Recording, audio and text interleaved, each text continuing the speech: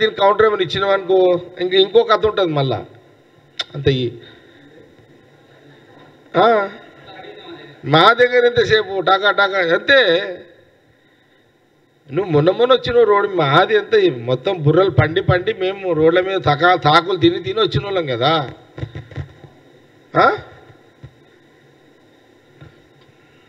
లేకపోతే నా దగ్గర సిల్లక్ పైసలు ఉంటే ప్రశాంత్ రెడ్డి నువ్వు జిల్లాలో టీఆర్ఎస్ కంట్రోల్ నువ్వేనా చేస్తావు? తిప్పి కొడుతుంటే ఒక్కొక్కరిని అడేసి ప్రాబ్లం అదే కదా. పైసలు లేకనే ఇది నా సమస్య వచ్చింది కాలబడి.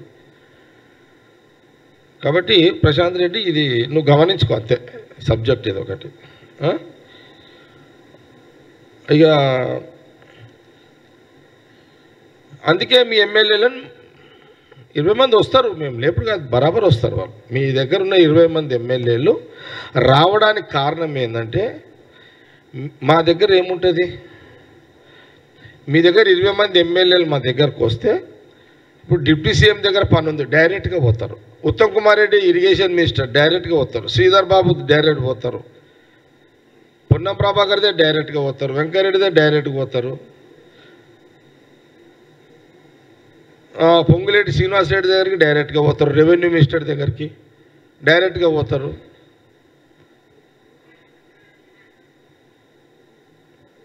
కాబట్టి ఇప్పుడు మొన్న అదే మీరు మీ ఎమ్మెల్యేలు మీ దగ్గర ఉన్నారు, అప్పుడు ముఖ్యమంత్రి ఉన్న కేసీఆర్ దగ్గరికి డైరెక్ట్గా ఇప్పుడు సీఎం దగ్గర పోయే పరిస్థితి ఉండేనా? లేదు. ఇప్పుడు డైరెక్ట్గా సీఎం దగ్గర కూడా పోతారు. మా దగ్గర మంత్రుల దగ్గర పోవచ్చు, ముఖ్యమంత్రి దగ్గర కూడా పోవచ్చు. నీ దగ్గర ఎవరు? హరీష్ రావు, కేటీఆర్ బిడ్డ కవిత, ఇంకోడు అండర్ గ్రౌండ్ మేనల్లుడా కొడుకో సంతు కొడుకు ఈ 4 స్తంభాలు ఆటనే కదా మీ దగ్గర. మా దగ్గర ఏముంది, మీ ఎమ్మెల్యేలు మా దగ్గరకు వస్తే ఏ మినిస్టర్ దగ్గరికైనా పోయి మీ వాళ్ళు హ్యాపీగా పని చేసుకుంటారు, ప్రజలకు జవాబుదారుగా ఉండగలుగుతారు. అందుకే మీ ఎమ్మెల్యేలు 20 మంది లేదా ఇంకో వస్తే 5 మంది ఎక్స్ట్రా. ఇప్పుడు మొన్నటిదాకా హాట్ హూట్ అన్నాడు మల్లారెడ్డి గారు, మాట్లాడతలేరు. చెప్పలే మల్లారెడ్డి గారే రావచ్చు ఇక్కడికి, ఏముంది అట్లా? ఆయన మాట్లాడతలేడు అంటే అర్థం అదే కదా.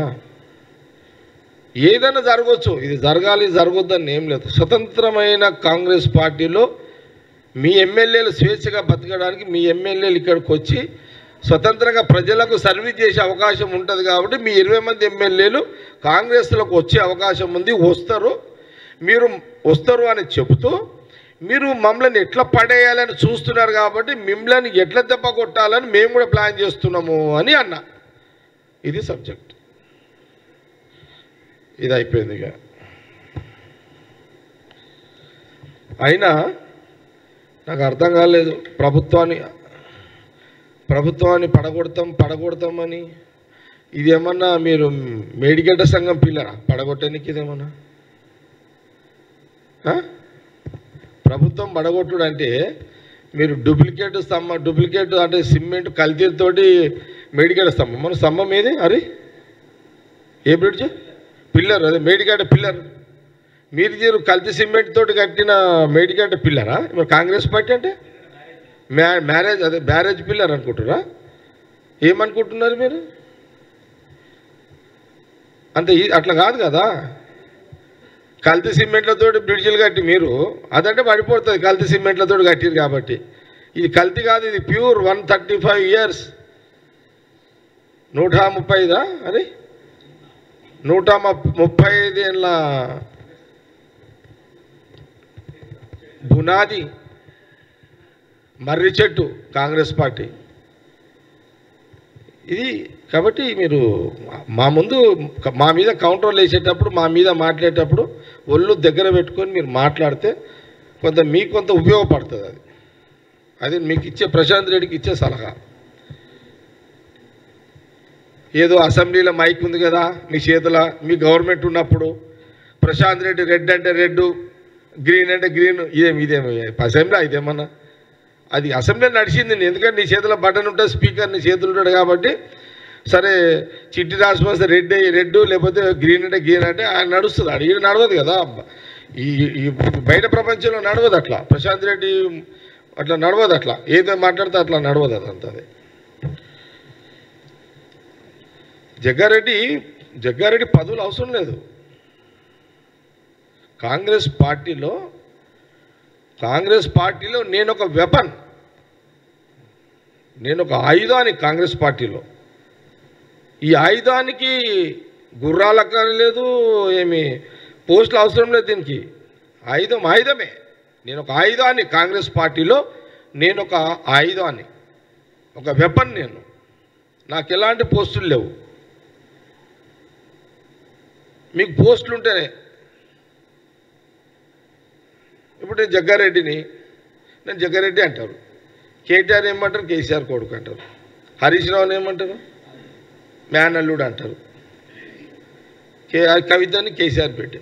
అది కరెక్టే, వాళ్ళ బిడ్డలే, కొడుకులే. కానీ రాజకీయాలలో మీకు బ్యాక్గ్రౌండ్ చెప్పుకుంటే కానీ మీరు లీడర్ కాలేకపోయారు. జగ్గారెడ్డి బ్యాక్గ్రౌండ్ ఏం లేకుండానే జగ్గారెడ్డిగా నేను లీడర్గా ఎదిగిన ఈ రాష్ట్రంలో. ఏడన్నా రాష్ట్రం, 2 రాష్ట్రాలు ఎక్కడన్నా పోదాం, హరీష్ రావు అంటే ఎక్కడ మినిస్టరా, లేకపోతే హరీష్ రావు కేసీఆర్ మేనల్లుడా ఇట్లా అనాలి. జగ్గారెడ్డి అనగా అరే Jaggareddy, Sangareddy, that is brand. అది అంటే మేము కష్టపడి తయారు చేసుకున్న రాజకీయ జీవితం అది. ఎన్నో ఒడుకుదొడుకులతో కష్టాలతో కూడుకున్న రాజకీయంగా ఎదిగిన వాళ్ళం నేను. కాబట్టి మాకు పోస్టులు పెద్ద ఉంటే ఒక తీరు లేకపోతే ఒక తీరు కాదు. జనంలో మేము సర్వీస్ పరంగా మేము జగ్గారెడ్డి అనేది మేము మా కష్టంతో తెచ్చుకున్న ఈ యొక్క ఒక వ్యవస్థలో మేము పాపులర్ అయినాం మేము. కాబట్టి ఇది కూడా ప్రశాంత్ రెడ్డి గమనించుకోవాలి. అచ్చా, ఇచ్చిన హామీలు మేము అమలు చేయకపోతే అంతర్యుద్ధం అంట. అంతర్యుద్ధం అంటే ఏంటిది? అంటే మా మీద యుద్ధమా, మీ లోపల యుద్ధమా? అరే ఏంది అంతర్యుద్ధం అంటే? ఎవరి లోపల? తెలంగాణ లోపల జరిగే అంతర్యుద్ధంలో మీ ఇలా 2 ఉన్నాయి. అంతర్యుద్ధం అంటే మీ పార్టీలో జరిగే అంతర్యుద్ధం ఒకటి, కాంగ్రెస్ మీద దుంకే అంతర్యుద్ధం ఒకటి. ఓకే, మీ అంతర్యుద్ధంలో నేను చాలాసార్లు చెప్పిన, మీ అంతర్యుద్ధంలో మీకు పొక్క పెట్టేది, మీకు పొడిచేది హరీష్ రావే. ఎవరు అవసరం లేదు మీకు. ఇక మేము అవసరం లేదు. ఇక ఏదో ఒకరోజు కేసీఆర్కి కేటీఆర్కి గడ్డపారబెట్టి వెనకేసి కూర్చేది హరీష్ రావే. కాంగ్రెస్ దాకా ఎందుకు వస్తున్నారు మీరు? హరీష్ రావే కూర్చుతాడు మీకు వేసి చూడండి. ఒకటి, ఇప్పుడు మా మీద అంతర్యుద్ధం అన్నది అనుకో. ఇప్పుడు మన సీఎం రేవంత్ రెడ్డి 2 ఆల్రెడీ చెప్పినా కదా.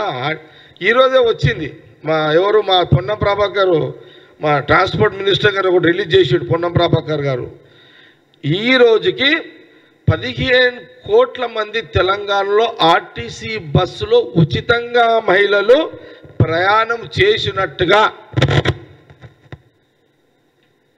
ఈరోజు పొన్నం ప్రభాకర్ మా మినిస్టర్ గారు చెప్పడం జరిగింది. 15 కోట్లు అంటే 2 నెలలే. నిన్నటికి 2 నెలలే మా గవర్నమెంట్ వచ్చి 2 నెలల 15 కోట్ల మంది మహిళలు తెలంగాణ ప్రాంతంలో ఆర్టీసీ బస్సులో ఉచిత ప్రయాణం చేసినారు అని మా పొన్నం ప్రభాకర్ గారు ట్రాన్స్పోర్ట్ మినిస్టర్ గారు చెప్పడం జరిగింది. ఇది ఒక ఆల్రెడీ ఇంతమంది మహిళలు ఇక తిరుగుతూనే ఉన్నారు. ఇక ఇప్పటి వరకు ఖర్చు ఎంత వచ్చింది? 500 కోట్లు. ఈ ఉచిత ప్రయాణానికి ప్రభుత్వము, కాంగ్రెస్ ప్రభుత్వము ప్రజల యొక్క ధనాన్ని ప్రజలకి అందిస్తున్న దానికి ఏంది 535-50 కోట్ల రూపాయలు ఇప్పటి వరకు కూడా ప్రభుత్వమే మహిళల ఉచిత ప్రయాణము యొక్క భారము ప్రభుత్వము మోస్తున్నది. ఇది ప్రజలు డైరెక్ట్గా బెనిఫిట్ పొందుతున్నారు కదా. ఇప్పుడు దవాఖానాల్లో పోతున్నది ఆ లిస్టు తెప్పిస్తాను నేను, మళ్ళీ నెక్స్ట్ మాట్లాడతా. నేను ప్రశాంత్ రెడ్డికి ఏం చెప్తున్నా అంటే, ప్రశాంత్ రెడ్డి అనుకో, లేకపోతే కేటీఆర్ అనుకో, లేకపోతే హరీష్ రావు అనుకో, ఏం చెప్తున్నా అంటే, మా ముందు యుద్ధానికి వచ్చేటప్పుడు ముస్లింలకు మీరు 12% రిజర్వేషన్ ఇస్తామని చెప్పి మోసం చేసిర్రు, 9 ఏళ్ళు పరిపాలించారు. మేము ఊరుకుంటామా? మేము మీ మీద మేము చేస్తున్నప్పుడు మీరు దాడి చేయాలని చూస్తున్నారు. మీరు ఏ పనులైతే చెయ్యలేదో, మోసం చేసిరో 9 ఏళ్ళల్లా, మేము 12% ముస్లింలకు ఇస్తున్న రిజర్వేషన్ ఇయ్యనందుకు మేము కూడా రాజకీయంగా ప్రతిపక్ష పార్టీగా మీ మీద రాజకీయ దాడి చేస్తాం. ఎస్టీలకు 12% రిజర్వేషన్ ఇస్తున్నావు, చెయ్యలేవు, లంబాడీలది, బంజారాలది, దాని మీద మీ మీద మేము కూడా అటాక్ చేస్తాము. 3016 నిరుద్యోగ వృత్తి ఇస్తానన్నావు, యువకులకు మోసం చేసాము, దాని మీద టీఆర్ఎస్ పార్టీ మీద మేము కూడా దాడి చేస్తాము, రాజకీయ దాడి చేస్తాము. 57 ఏళ్లకు పెన్షన్ ఇస్తా అని చెప్పినావు, అది కూడా నువ్వు చేయలేదు, మేము దాని మీద కూడా నీ మీద రాజకీయ దాడి చేస్తాము. ఇంకా మీరు చెప్పినవి ఉన్నాయి, ఈ 4 అయితే మీకు ఉదాహరణకు చెప్పిన. మేమేం ఊకోము. మా ప్రభుత్వం మీద, మా పార్టీ యొక్క మేము చేస్తున్నప్పుడు కూడా మాకు బురద జల్లే ప్రయాణం చేస్తున్నప్పుడు మీరు చెయ్యని పనుల మీద మిమ్మల్ని మీ ప్రతిపక్ష నాయకుడు అయినటువంటి కేసీఆర్ గారిని నిలదీస్తాము, కేటీఆర్ గారిని నిలదీస్తాము, హరీష్ రావు నిలదీస్తాము, మీ మాజీ మంత్రులను మేము కూడా ఎక్కడ పడితే అక్కడ మా కాంగ్రెస్ కార్యకర్తలు నిలదీస్తారు. మీరు ఇవి చెయ్యలేదు, దీని జవాబు చెప్పి మా ప్రభుత్వాన్ని మీరు విమర్శించండి అని మేము కూడా దాని మీద మాట్లాడతాం. తెలుసుకుందాం.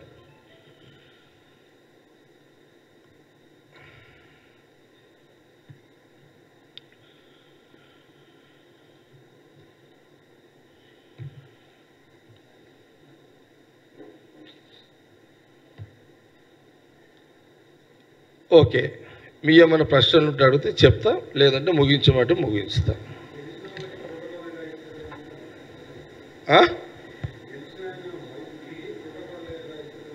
గెలిచిన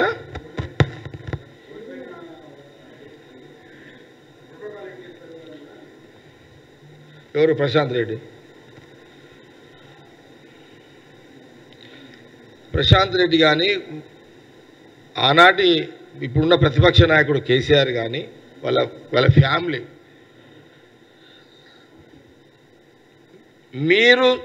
మీరు ఏ దారి అయితే చూయించారో రాజకీయంగా, మీరు మీ పాఠమే మీకే చెప్తున్నాం. ఏది? ప్రోటోకాల్ లేకుండా కాంగ్రెస్ ఎమ్మెల్యే లేని దగ్గర ప్రోటోకాల్ లేకుండా మీ వాళ్ళు ఎట్లా చేస్తారు అని ప్రశాంత్ రెడ్డి అంటున్నావు కదా, ఇది మీరు నేర్పిన విద్య, ఇది మీకే తిప్పి కొడుతున్నాము. మీరు మీ దారిలోనే మేము ప్రయాణం చేస్తున్నాము, మీ దారిలో ఒక దారిలోనే ప్రయాణం చేస్తాం. ఏది? ఈ ప్రోటోకాల్ సిస్టాన్ని పాటించకుండా మీరు చేసిన ఏదైతుందో దాని పోతాం. మీ తీరు బ్రిడ్జిల మేడిగడ్డ బ్రిడ్జి పిల్లలు కొట్టినట్టు ఆ దారిలో పోం మేము. కాబట్టి రాజకీయంగా అది మాకు తప్పదు. మీరు చేసిందే, మీరు అలవాటు చేసిందే మేము కొనసాగిస్తున్నాం. మీరు చేసిన దాంట్లో కొన్నే తీసుకుంటాం, అన్నీ తీసుకోము. కొన్ని రాజకీయంగా మాది మేము మమ్మల్ని ఆ రోజు 9 ఏళ్ళు మాకు కొంత మీరు పెట్టిన ఇబ్బందులు, మీకు ఇబ్బంది పెడితే మీరు తట్టుకోలేరు, కానీ అట్లా చెయ్యం మేము. కానీ కొంత మీరు గడ్డబరలతో మమ్మల్ని ఓడిచారు, అధికారాన్ని పోలీసు వాళ్ళని అడ్డం పెట్టుకొని, మీరు పోలీసు వాళ్ళని అడ్డం పెట్టుకొని గడ్డబరలతో ఓడిచారు. ఇక మేము మీ అంత మూర్ఖులం కాదు కదా, మేము మూర్ఖులం కాదు కదా, మీరు మూర్ఖులు, మేము మూర్ఖులం కాదు, మేము సూదులతో ఓడుస్తాం మిమ్మల్ని అంతే. కమ్సే సూదితోడైనా కూడా వద్దా? మీరు గడపరతో ఓడిచి 9 ఏళ్ళు పోలీసు వాళ్ళతో మమ్మల్ని సూదులు కూడా వద్దాగా మేము. ఇట్లా ఇట్లా సూదితోటి ఓడుస్తాం అంతే. మేము తప్పదు ఇక మళ్ళీ, ఎందుకంటే మీరు నేర్పిన పాట మీకే నేర్పాలి, అది మీరు నేర్పిన పాట మీకే గుణపాఠం అది. ఓకే, ప్రతాప్ ఏమంటారు? ప్రశాంత్ రెడ్డి రాజకీయంగా చిన్న పిల్లగాడు, తూ తెలియదు తా తెలియదు, విన్నారా? ఏం తెలియదు ప్రశాంత్ రెడ్డికి, ఏం తెలుసు? ఎట్లా టచ్ చేయాలో మాకు తెలుసు కదా, చెప్తి కదా. కేసీఆర్ పక్కకు పండుకుంటే కూడా లేపాలి, అటు లేపుకొస్తాం అడిగించి ఖాళీ అంత. ఆ విద్యలు మాకు తెలుసు. ఇది రాజకీయం చతురంగము, ఆయనకేం తెలుసు? కేసీఆర్ స్లిప్ రాసిస్తే చదువుతాడు అంతే. ప్రశాంత్ రెడ్డి కెపాసిటీ అంతే కదా, తెలుస్తుంది కదా. ఆడు 20 మంది కాంగ్రెస్కి అట్రాక్షన్ అయ్యి వస్తారా రారా మీరే చూస్తారు. తప్పకుండా వస్తారు, అందులో ఉన్న 20 మంది తప్పకుండా వస్తారు.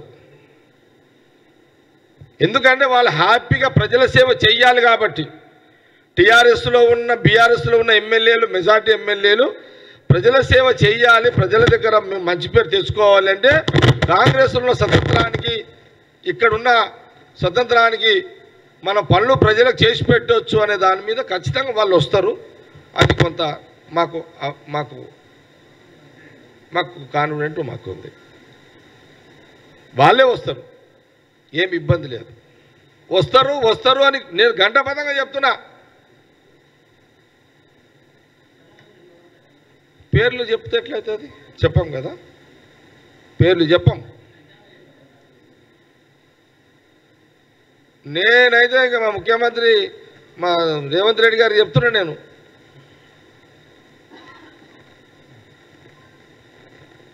ఎందుకంటే బీజేపీ వాళ్ళు ఏం చేస్తారంటే టీఆర్ఎస్లను లేపి ఏదైనా చేయండి అంటారు. ఇది రాజకీయం కదా, బీజేపీకి బలం లేదు తెలంగాణలో. కాబట్టి మేము రాజకీయ పార్టీది, వాడు మా మీద యుద్ధం చేసే లోపల మేమే దాడి చేసేస్తాం వాడు అట్లా. ఇది పాలిటిక్స్, ఏ రాజకీయంలో అయినా ఇవన్నీ మామూలు ఇదంతా. కాబట్టి మా జాగ్రత్తలో మేము ఉన్నాం, అట్లేం లేదు. ఇప్పుడు మా దగ్గర నిన్న కూడా చెప్తే కదా, సీఎం రేవంత్ రెడ్డితో పాటు ఓ టీం ఉన్నది. ఇప్పుడు ఇక్కడ ఎవరు ఉన్నారు? మన బట్టి విక్రమార్క కానీ, లేకపోతే అటు ఉత్తమ్ కుమార్ రెడ్డి, పొంగులేటి, వెంకటరెడ్డి, శ్రీధర్ బాబు, ఒక టీం ఉంది కదా, ఏం ప్రాబ్లం లేదు. మంచి టీం ఉంది, ఎవరు జాగల వాళ్ళు అల్లట్టున్నారు. మేము మమ్మల్ని మేము ఎట్లా కాపాడుకోవాలి, రాజకీయంగా మీకు ఎట్లా గుణపాఠం నేర్పాలనే దాంట్లో మేము ఉన్నాం. అచ్చా, అరే ఏ మన్మడా, కేసీఆర్ సాబ్ మన్మడా?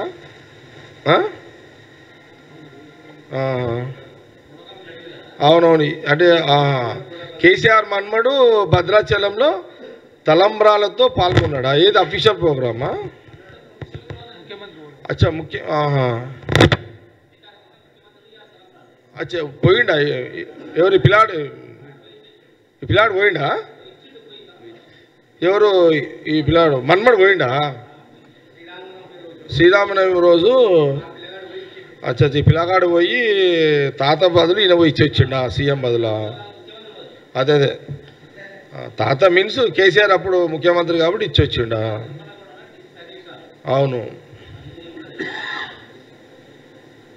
జాగీర్దార్ అనుకున్నారు కాబట్టి. అంటే తెలంగాణ ప్రశాంత్ రెడ్డి ఎంత చిన్న ఇప్పుడు నేనేమంటున్నది, ప్రశాంత్ రెడ్డి కెపాసిటీ ఏంది అది నాకు అర్థం కాదు. ఏం తెలుస్తుంది? ఇప్పుడు నాకెవరో స్క్రిప్ట్ ఇస్తే మాట్లాడ కదా, ప్రశాంత్ రెడ్డి స్క్రిప్ట్ ఇస్తే మాట్లాడతాడు కదా. నేను స్క్రిప్ట్ ఇస్తే మాట్లాడేటోని కాదు కదా. ప్రశాంత్ రెడ్డికి వాళ్ళు ఎవరో స్క్రిప్ట్ ఇస్తే మాట్లాడతాడు.